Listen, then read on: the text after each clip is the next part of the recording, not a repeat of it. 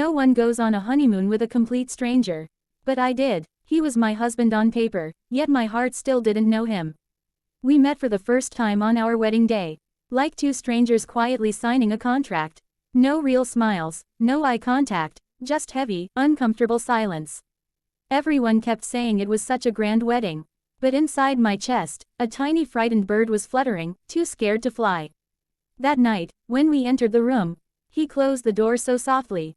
I sat on the edge of the bed, clutching my red bridal dress with both hands, as if it could shield me. He stood by the wardrobe, loosening his tie, without saying a single word. Then he cleared his throat.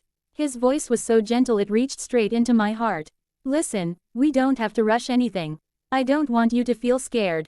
You take the bed, I'll sleep on the sofa. He took an extra pillow and blanket and made his bed on the couch.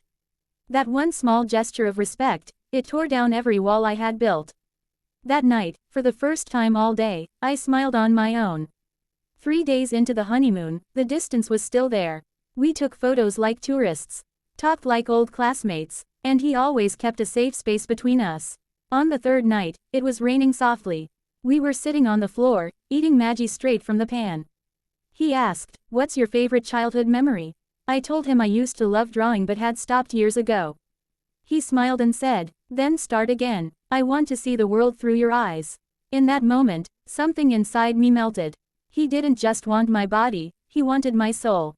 Later, when I stood up, I slipped. He instantly caught my arm. The first time his skin touched mine. It wasn't burning, it wasn't cold, it just felt like peace. We both froze. He quickly let go and whispered sorry. I looked at him and said softly, "It's okay, I'm not afraid of you anymore." He stepped closer and promised, "I will never cross a line until you tell me to." Then he placed his hand on my shoulder again.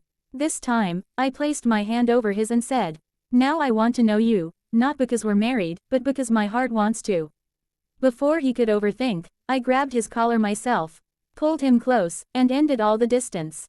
Our first kiss, shy, soft, but so deeply real. Like we had been searching for each other all our lives. When his hand slid to my waist, my breath caught.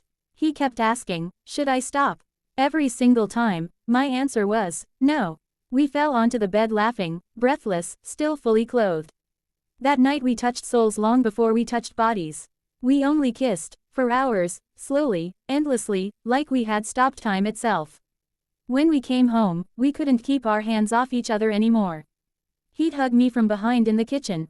We'd curl up under one blanket during movies.